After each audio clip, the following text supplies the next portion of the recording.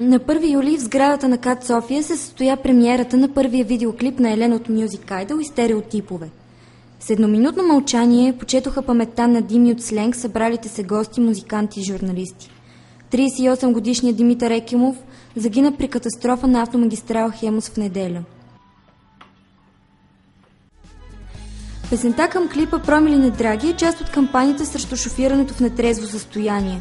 Инициативата е по идея на Ники Кръстев и Марио Василев от Стереотипове, осъществена с помощта на Фондация за подпомагане на благотворителността в България, отдел Пътна полиция към Столична дирекция полиция и Virginia Records. Доста време работихме и по песента, и по клипа, и по цялата идея, по организацията на самата кампания, избирането на етапите и какво ще бъде най-добре за самата песен. Тя е началото на тази кампания. Вече когато уточнихме какви са целите на кампанията, решихме, че това е най-добрият начин да се промотира една такава кампания.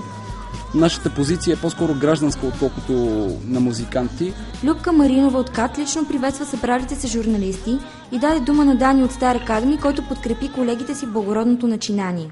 Промотирането на клипа съвпадна с рождения ден на Елена, която навършва 22 години.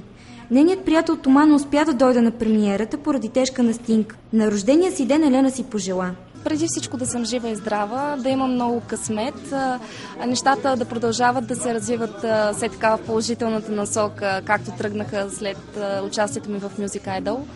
"Промили на Драги" е кавър на песента на Мария Нейкова "Двама". Лично синът на Мария Нейкова, Цветин Нейков, е преотстъпил безвъзмездно правата на музиката в полза на кампанията.